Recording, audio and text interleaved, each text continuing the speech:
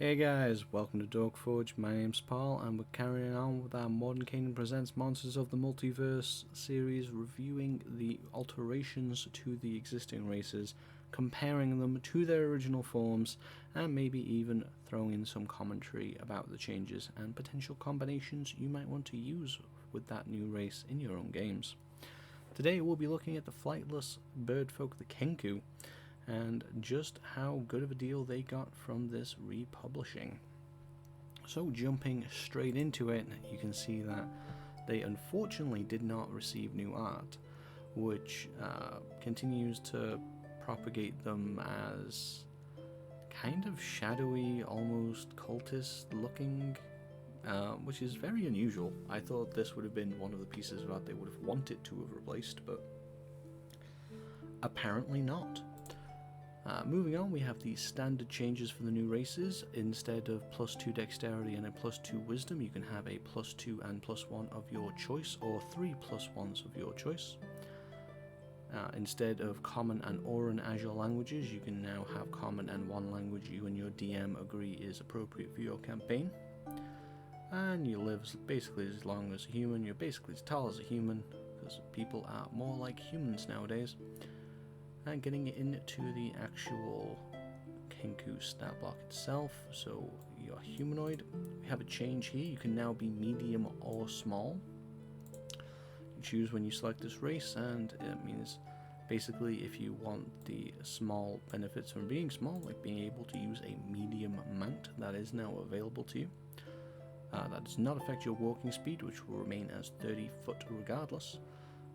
Expert Duplication is a reworked version of Expert Forgery. When you copy writing or craft work produced by yourself or someone else, you have advantage on any ability checks you make to produce an exact duplicate. Originally, Expert Forgery said that you can duplicate other creatures' handwriting and craft work. You have advantage on all checks made to produce forgeries or duplicates of existing objects. This is a little bit more clean cut and also more narrow in scope than what you used to be able to do. The original wording kind of made it seem like you could copy handwriting exactly, but maybe give you enough leeway to write something new or rearrange the words so that you could create your own letters. This completely rules that out. Overall, the intent is largely the same, which is fine, but just a little bit of clarification there, I think. Kenku Recall is a replacement for Kenku Training. Thanks to your supernaturally good memory, you have proficiency in 2 skills of your choice. Just in general, there is no set list. And the real power here is when you make an ability check using any skill you have proficiency in, it doesn't have to be from this race, just you have proficiency in it from somewhere, you can give yourself advantage on the check before rolling the d20. And you can do this a number of times per day equal to your proficiency bonus, regaining all of your uses on a long rest. This replaces Kenku Training, which was just 2 skills of your choice from a list of acrobatics, deception, stealth, or sleight of hand. And besides the skills being more free, being quite nice, being able to give yourself advantage on a skill check several times per day is an excellent ability, and can make a bit of a skill monkey out of essentially any character, really. 2 skills of your choice is already a nice start. Getting advantage on skill checks when you're going to get probably 2 or more skills from your class, and then another 2 from your background, potentially some from feats or subclasses. If you want to play a skill monkey, the Kenku is rocketed up to probably top of the board for what you want to choose. Mimicry has now also changed as well. I believe you no longer have to speak through Mimicry. You can speak normally, but you do have the option of mimicking people. You can accurately mimic sounds you have heard, including voices. A creature that hears the sounds you make can tell they are imitations only with an insight check, DC 8 plus your proficiency bonus plus your charisma modifier.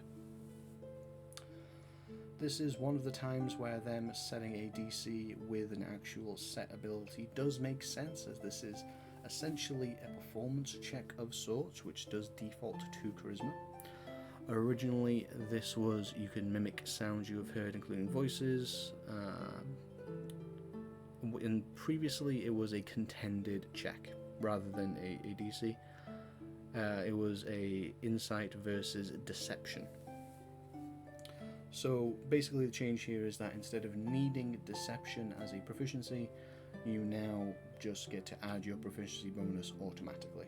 It's a bit more freeing and it makes it more natural rather than having to be a deceptive character overall.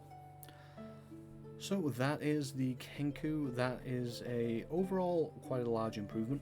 They've entirely reworked the Kenku, in my opinion, from a bit of a roguish, kind of a race that suited playing a mastermind rogue, in my opinion. And now it's a great skill monkey for anything you want to use it for. If you want to be good at skills, I mean, you could make this a barbarian and really tackle their out-of-combat limitedness by having them be exceptionally good when they need to be at things like persuasion or even sleight of hand, that kind of thing.